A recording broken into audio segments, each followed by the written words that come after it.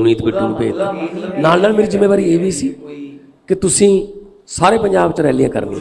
300 ਤੋਂ ਉੱਪਰ ਰੈਲੀਆਂ ਵੀ ਕੀਤੀਆਂ ਤੇ 60,000 ਵੋਟ ਜਲਾਲਾਬਾਦ ਦੇ ਲੋਕਾਂ ਨੇ ਪਾਇਆ। ਅੱਜ ਤੱਕ ਸੁਖਬੀਰ ਬਾਦਲ ਨੂੰ ਸੁਪਨੇ ਆਉਂਦੇ ਨੇ ਇੰਨੀਆਂ ਵੋਟਾਂ ਕਿਵੇਂ ਪੈ ਗਈਆਂ। ਧੂਰੀ ਜਿਹੜਾ 2014 'ਚ ਵੀ 30,000 ਤੋਂ ਉੱਪਰ ਜਿੱਤਿਆ ਸੀ ਹਲਕੇ 'ਚ। 9 ਹਲਕੇ ਨੇ, 9 ਚੋਂ ਇੱਕ ਧੂਰੀ ਵੀ ਹੈ ਲੋਕ ਸਭਾ ਤੇ 2019 'ਚ ਵੀ 30,000 ਤੋਂ ਉੱਪਰ ਜਿੱਤਿਆ।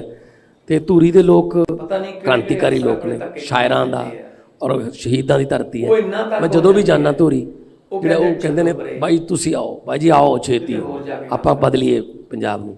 ਸੋ ਮੇਰੀ ਡਿਊਟੀ ਧੂਰੀ ਤੋਂ ਲੱਗੀ ਹੈ ਤਾਂ ਮੈਨੂੰ ਉਮੀਦ ਹੈ ਧੂਰੀ ਵਾਲੇ ਆਪਣਾ ਰਿਕਾਰਡ ਆਪ ਤੋੜਨਾ ਜਾਣਦੇ ਨੇ, ਇਸ ਵਾਰ ਵੀ ਤੋੜਨਾ।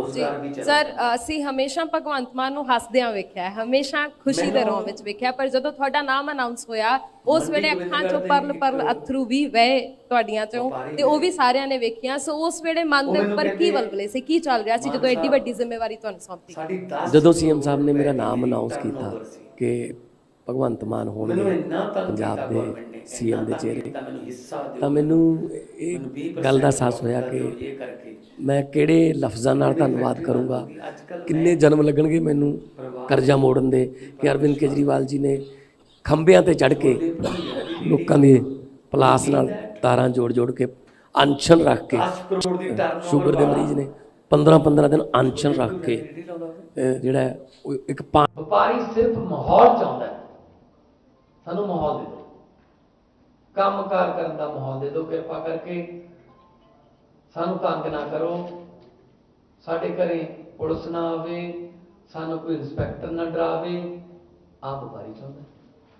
ਸੋ ਵਪਾਰੀ ਜਿਹੜਾ ਹੈ ਉਹ ਪੰਜਾਬ ਚੋਂ ਪਲਾਇਨ ਕਰ ਗਿਆ, ਉਹਨਾਂ ਨੂੰ ਵਾਪਸ ਲੈ ਕੇ ਆਵਾਂਗੇ। ਉਹ ਖੁਦ ਆਉਣਾ ਚਾਹੁੰਦੇ ਨੇ। ਬਹੁਤ ਸਾਰੇ ਵਪਾਰੀ ਨਾਲ ਕੱਲ੍ਹ ਵੀ ਧੂਰੀ ਦੇ ਵਿੱਚ ਵਪਾਰੀਆਂ ਨਾਲ ਮੁੱਖ ਮੰਤਰੀ ਅਰਵਿੰਦ ਕੇਜਰੀਵਾਲ ਜੀ ਮਿਲ ਕੇ ਆਏ ਨੇ। ਧੂਰੀ ਦੇ ਵਪਾਰੀਆਂ, ਮਲੇਰਕੋਟਲੇ ਦੇ ਵਪਾਰੀਆਂ, ਸੰਗਰੂਰ ਦੇ ਵਪਾਰੀਆਂ, ਲੁਧਿਆਣੇ 'ਚ ਵਪਾਰੀਆਂ ਨਾਲ ਮੀਟਿੰਗ ਕੀਤੀ, ਜਲੰਧਰ 'ਚ ਸਪੋਰਟ ਇੰਡਸਟਰੀ ਵਾਲੇ ਵਪਾਰੀਆਂ ਨੂੰ ਮਿਲੇ, ਬਠਿੰਡੇ ਦੇ ਵਿੱਚ ਵਪਾਰੀਆਂ ਨੂੰ ਮਿਲੇ, ਅੰਮ੍ਰਿਤਸਰ 'ਚ ਵਪਾਰੀਆਂ ਨਾਲ ਗੱਲ ਹੋਈ। ਇਹੀ ਕਹਿੰਦੇ ਹੋ 8 ਟਾਊਨ ਹਾਲ ਕਰ ਚੁੱਕਾ, 8 ਟਾਊਨ ਹਾਲ ਵਪਾਰੀਆਂ ਨਾਲ ਹੋ ਗਏ। ਕਿਉਂਕਿ ਵਪਾਰੀ ਆਊਗਾ ਤਾਂ ਰੋਜ਼ਗਾਰ ਆਊਗਾ, ਨਾਲ ਉਹਦਾ ਵੀ ਤਾਂ ਲਾਭ ਹੋਊਗਾ, ਬਟ ਵਪਾਰੀ ਜਿਹੜਾ ਉਹ ਕੰਮ ਦੇਊਗਾ ਜੀ।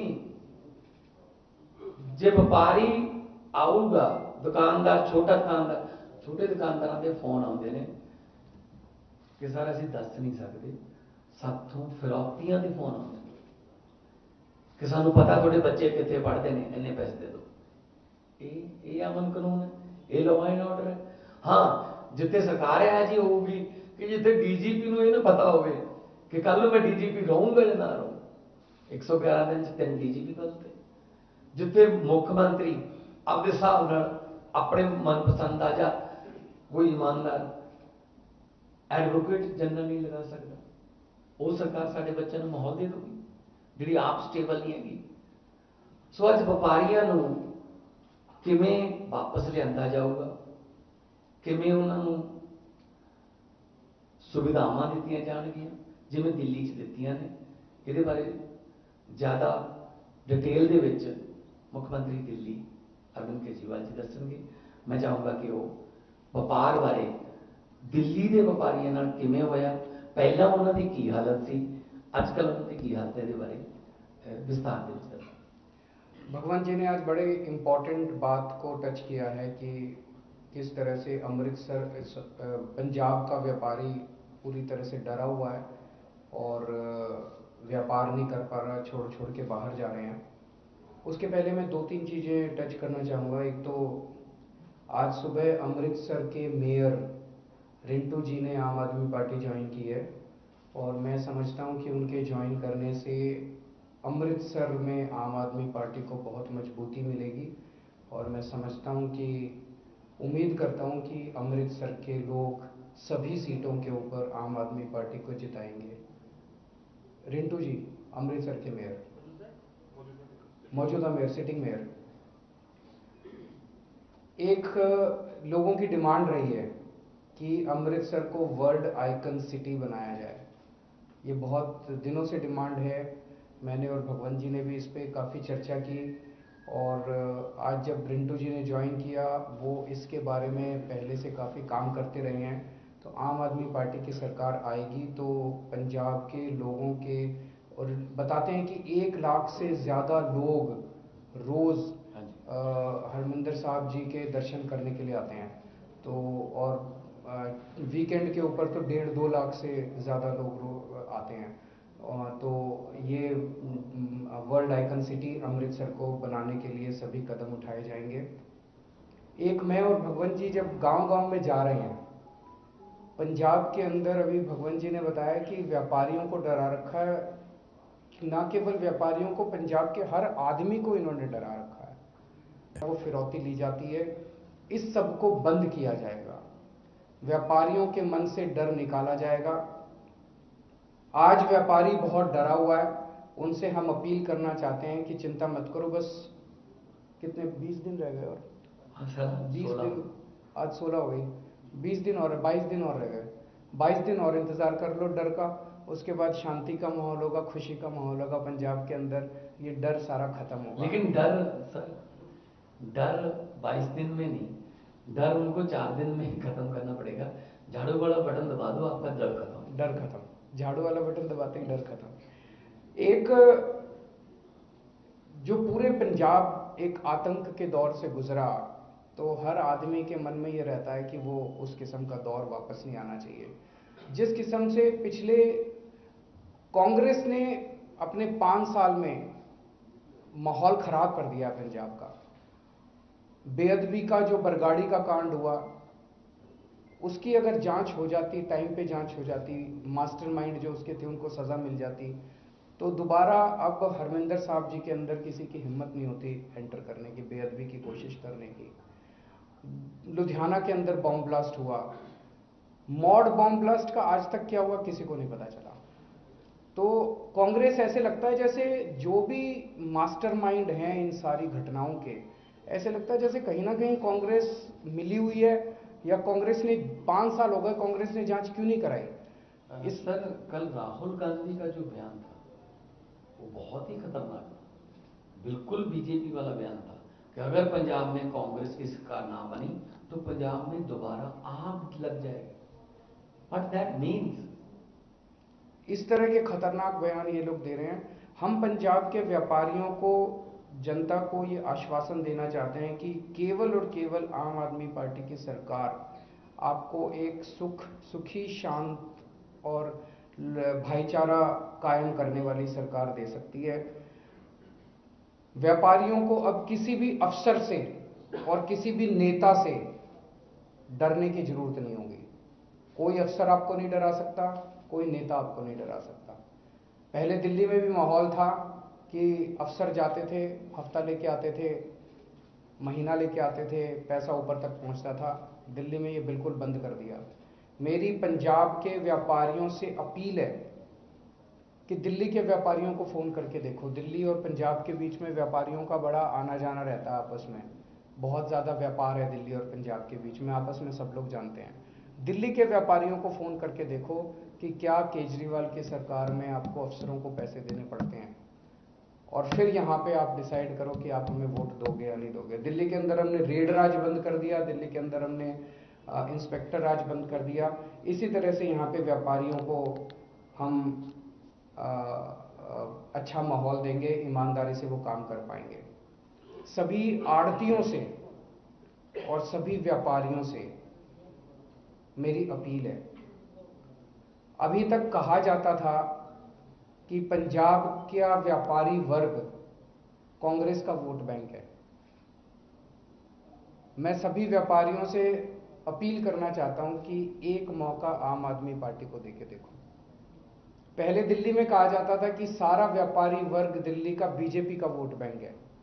आज 5 साल के 7 साल के बाद दिल्ली का सारा व्यापारी आम आदमी पार्टी का वोट बैंक हो गया।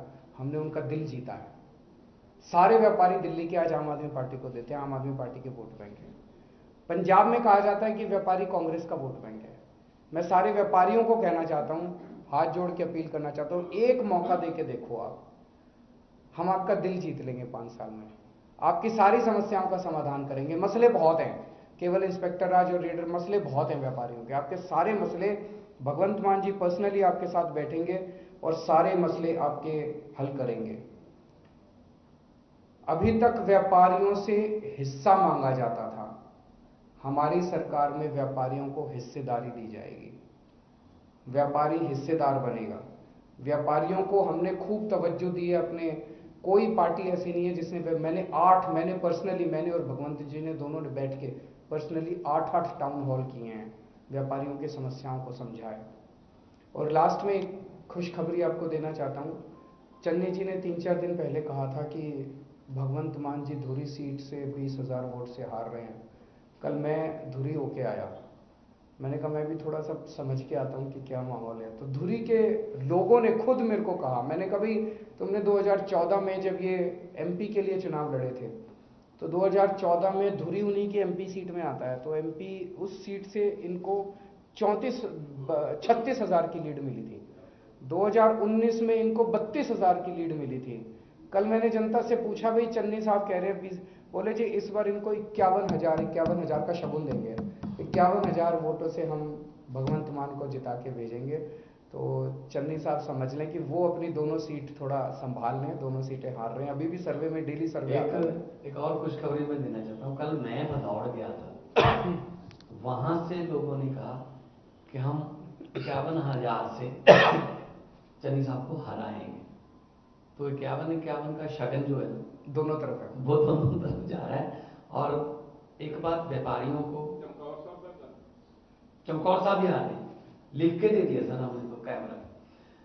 कल व्यापारियों, मैं ये व्यापारियों को बात कहना चाहता हूं, जैसे सीएम साहब ने कहा, अगर कोई हमारा एमएलए या मंत्री किसी व्यापारी को फोन करेगा, इस फैक्ट्री में मेरा इतना हिस्सा दे दो, इस यूनिट का ये सामान मेरे से खरीद लो, या मेरी कंपनी का या मेरे दोस्त के साथ आप ये कर लो, तो हम व्यापारी के साथ तो बाद में बात करेंगे। पहले कार्रवाई उस एमएलए या उस मंत्री पर होगी। टोटल डीलिंग करेंगे हम व्यापार को, पुलिस को, पॉलिटिक्स से, तो सारा पंजाब। ये बहुत बड़ी बात है। कल हेडलाइन यही लगा देना कि भगवंत मान ने कहा कि किसी भी, अगर हमारे एमएलए ने, मंत्री ने किसी व्यापारी को तंग किया तो उस एमएलए और मंत्री पर कार्रवाई होगी, बख्शा नहीं जाएगा।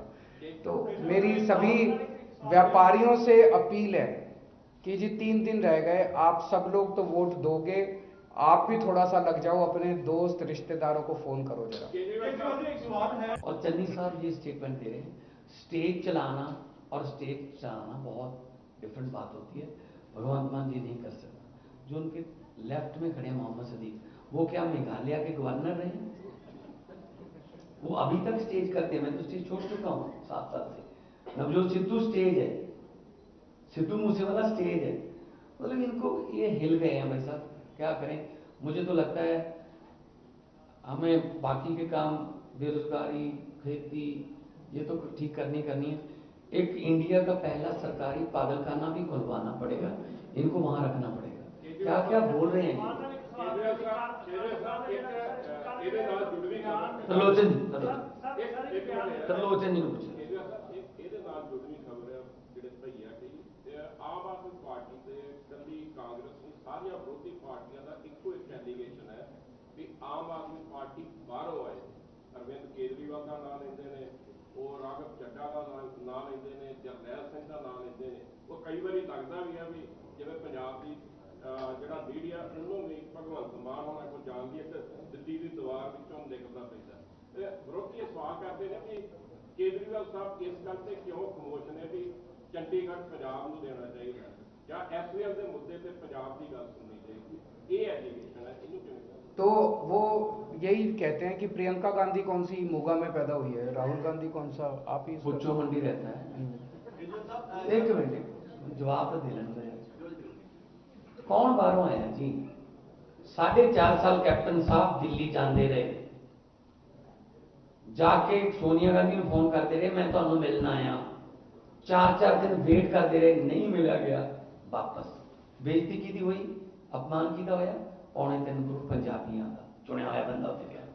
111 दिनों च हर दूजे दिन तुहाडियां खबरां आउंदियां सी, चन्नी दिल्ली तलब, अज सिद्धू दिल्ली तलब, अज जाखड़ दिल्ली तलब। तो मुजरम नूं कीता जांदा है।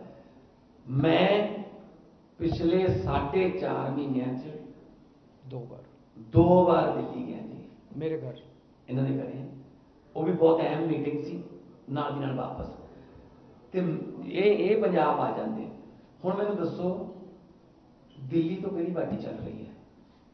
ਆਮ ਆਦਮੀ ਪਾਰਟੀ ਸਰਕਾਰ ਪੰਜਾਬ ਤੋਂ ਚੱਲੂਗੀ।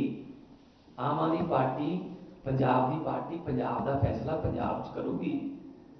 ਇਹਨਾਂ ਨੂੰ ਇਹ ਦੇਖੋ, ਦੇਸ਼ ਦੀ ਆਜ਼ਾਦੀ ਦੀ ਜੰਗ ਚੱਲ ਰਹੀ ਸੀ, ਭਗਤ ਸਿੰਘ ਪੰਜਾਬ ਤੋਂ ਸੀ, ਚੰਦਰ ਸ਼ੇਖਰ ਆਜ਼ਾਦ यूपी तो सी, सुभाष चंद्र बोस बंगाल तो सी, हैगे तो देश दी सी, ठीक है ना। सो चन्नी साहब जे हरियाणे दे ने, दिल्ली दे सीएम ने, हैगे तो देश दे ने, कृपा करके साथों इटली ना कहो। अच्छा मान साहब एक सवाल है जी, कल राहुल गांधी कहते कि ਜਿਹੜੇ ਅੱਤਵਾਦੀਆਂ ਦੇ ਘਰੋਂ ਜਾਂ ਜਿਹੜੇ ਐਂਟੀ ਸੋਸ਼ਲਿਸਟ ਹੈਗੇ ਨੇ ਉਹਨਾਂ ਦੇ ਘਰੋਂ ਜਿਹੜਾ ਝਾੜੂ ਨਹੀਂ ਸਕਦਾ, ਸਾਡਾ ਵੀ ਕਾਂਗਰਸ ਨਹੀਂ ਕਰ ਸਕਦਾ। ਉਹਨੂੰ ਪੰਜਾਬੀ ਚ ਦੱਸੋ ਕਰਨ ਕਹਿੰਦੇ ਕੀ ਆਖਿਆ ਉਹਨਾਂ ਨੇ? ਉਹ ਕਹਿੰਦੇ ਜਿਹੜੇ ਪਿਛਲੀ ਵਾਰ ਸੀਗੀ ਕਿ ਜਿਹੜੇ ਕੇਜਰੀਵਾਲ ਸਾਹਿਬ ਕਿਸੇ ਦੇ ਘਰ ਰਹਿ ਕੇ ਆਏ ਸੀ ਮੌਕੇ ਜਾ ਕੇ ਜੀ, ਸੋ ਅੱਤਵਾਦੀ ਸੀਗੇ ਤੇ ਉਹਨਾਂ ਦੇ ਨਾਲ ਉਹਨਾਂ ਦੇ ਰਿਲੇਸ਼ਨ ਸੀ। ਕੱਲ ਰਾਹੁਲ ਗਾਂਧੀ ਨੇ ਬਿਆਨ ਦਿੱਤਾ ਕਿ ਕਿਸੇ ਅੱਤਵਾਦੀ ਦੇ ਘਰੋਂ ਝਾੜੂ ਮਿਲ ਸਕਦਾ, ਯਾਨੀ ਆਮ ਆਦਮੀ ਪਾਰਟੀ ਦੇ ਬੰਦੇ ਮਿਲ ਸਕਦੇ। ਅਸੀਂ ਕਿਤੇ नहीं जा सकते। देखो जी, ये केवल गाली, वो चन्नी साहब मेरे को कहते हैं मैं काला हूँ, मेरे कपड़े खराब हैं, राहुल गांधी कहते हैं मैं आतंकवादी हूँ। पंजाब की जनता 20 तारीख को तय कर लेगी कि कौन आतंकवादी है, कौन काला है, किसके कपड़े जनता को पसंद है, किसके कपड़े जनता। और राहुल गांधी जी ने यही पूछ लियो, राहुल गांधी जी ने यही पूछ लियो कि 2015 2020 वो भी लड़े इलेक्शन दिल्ली सीटा किनिया ने, फोन छो ना जी, हूँ नहीं फिर थोड़े सवाल का जवाब तो फोन पे लग गए। हाँ जी, एक मिनट, सीटा किनिया ने कांग्रेस दियां? जीरो। 2015 भी जीरो, 2020 भी जीरो, नेशनल कैपिटल च नेशनल पार्टी सब तो बड़ी जीरो। सो राहुल गांधी जी शायद ये भूल गए ने कि उत्थे जीरो है। उनको ये बोलो कि हम जैसे भी हैं, अच्छे हैं बुरे हैं, जनता को पसंद है। वो जैसे भी हैं जनता को पसंद नहीं है वो।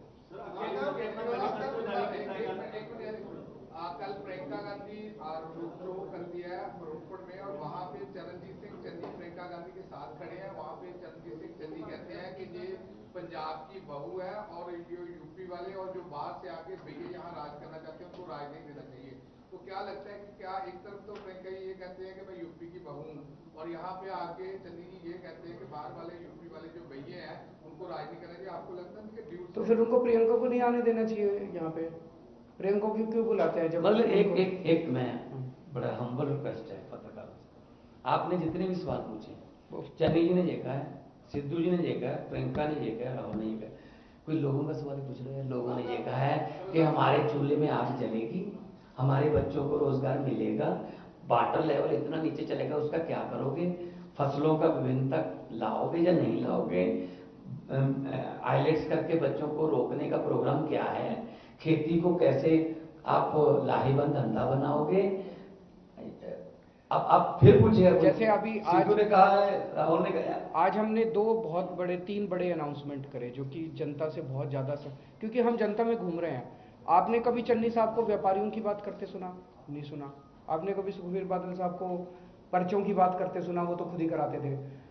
हम जनता के बीच में घूम रहे हैं, जनता का दर्द समझ रहे हैं। जैसे इन्होंने कहा जनता के चूल्हे नहीं जलते, जनता को रोजगार नहीं है, जनता पे पर्चे, झूठे पर्चे इतने लोग मिले हैं पिछले दिनों में। मेरे को, मैं रोड शो करता हूँ, रोक लेते हैं जी, पर्चे वापस ले लेना जी, पर्चे इसलिए आज मैंने स्पेशली अनाउंसमेंट करी है, पर्चा राज खत्म करेंगे।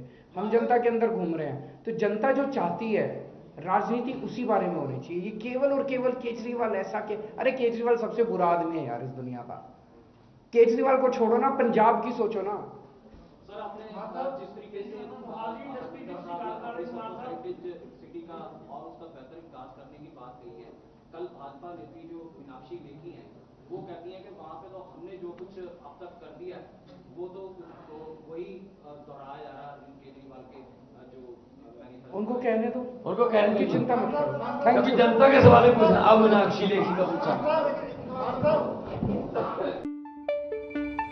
पंजाब ते पंजाबीयत दा परछावा, पंजाबी साडियां बावां, ABP साझा। हुण देखो अपने टीवी स्क्रीन ते टाटा प्ले चैनल नंबर 1929 ते। ABP साझा देखण लई अपने केबल ऑपरेटर नूं अज ही संपर्क करो। ABP साझा, जोश, जज्बा, जुनून।